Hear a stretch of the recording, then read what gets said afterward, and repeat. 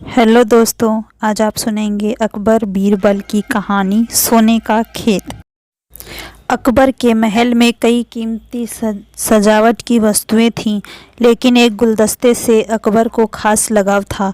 इस गुलदस्ते को अकबर हमेशा अपनी पलंग के पास रखवाते थे। एक दिन अचानक महाराज अकबर का कमरा साफ करते हुए उनके सेवक से वह गुलदस्ता टूट गया। सेवक ने घबराकर उस गुलदस्ते को जोड़ने की बहुत कोशिश की, लेकिन नाकाम रहा। हार कर उसने टूटा हुआ गुलदस्ता कूड़ेदान में फेंक दिया और दुआ करने लगा कि राजा को इस बारे में कुछ पता ना चले। कुछ देर बाद महाराज अकबर जब महल लौटे तो उन्होंने देखा कि उनका प्रिय गुलदस्ता अपनी जगह पर नहीं है। राजा ने सेवक से इस गुलदस्ते के बारे में पूछा तो सेवक डर के मारे कांपने लगा।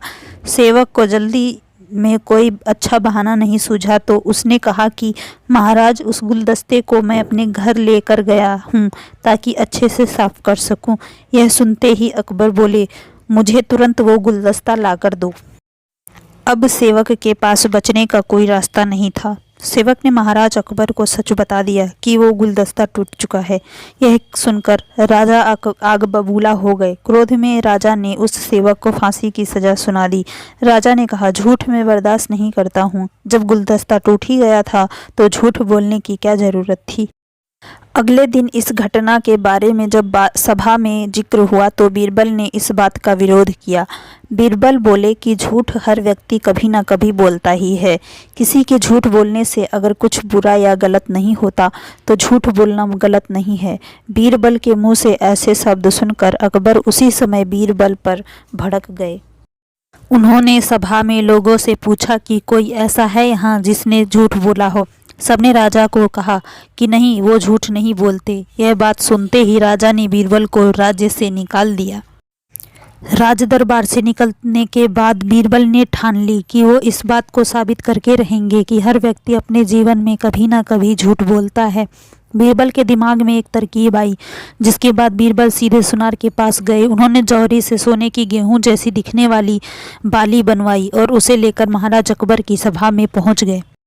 अकबर ने जैसे ही बीरबल को सभा में देखा तो पूछा कि अब तुम यहाँ क्यों आए हो। बीरबल बोले, जहाँ पना, आज ऐसा चमत्कार होगा जो किसी ने कभी नहीं देखा होगा। बस आपको मेरी पूरी बात सुननी होगी। राजा अकबर और सभी सभापतियों की जिज्ञासा बढ़ गई और राजा ने बीरबल को अपनी बात कहने की अनुमति दे दी। बीरबल बोले, आज मुझे रास्ते में एक सिद्ध पुरुष के दर्शन हुए। उन्होंने मुझे यह सोने से बनी गेहूं की बाली दी है और कहा कि इसे जिस भी खेत में लगाओगे वहाँ सोने की फसल उगेगी। अब इसे लगाने के लिए मुझे आपके राज्य में थोड़ी सी ज़मीन चाहिए। राजा ने कहा, यह तो बहुत अच्छी बात है, चलो हम तुम्हें ज़मीन दिला देते हैं। अब बीरबल कहने लगे कि मैं चाहता हूँ कि पूरा राज दरबार ये चमत्कार देखे। बीरबल की बात मानते हुए पूरा राज दरबार खेत की ओर चल पड़ा। खेत में पहुंचकर बीरबल ने कहा कि इस सोने से बनी गेहूं की बाली से फसल तभी उगेगी जब इसे ऐसा व्यक्ति लगाए जिसने जीवन में कभी झूठ ना बोला हो। बीरबल की बात सुनकर सभी राज दरबारी खामोश हो गए और कोई भी गेहूं की बाली लगाने के लिए तैयार नहीं हुआ। राजा अकबर बोले कि क्या राज दरबार में कोई ऐसा व्यक्ति नहीं है जिसने अपने जीवन में कभी झूठ ना बोला हो। सभी खामोश थे। बीरबल बोले, जहाँ पना, अब आप ही इस बाली को खेत में रोप दीजिए। बीरबल की बात सुनकर महाराज का सिर झुक गया।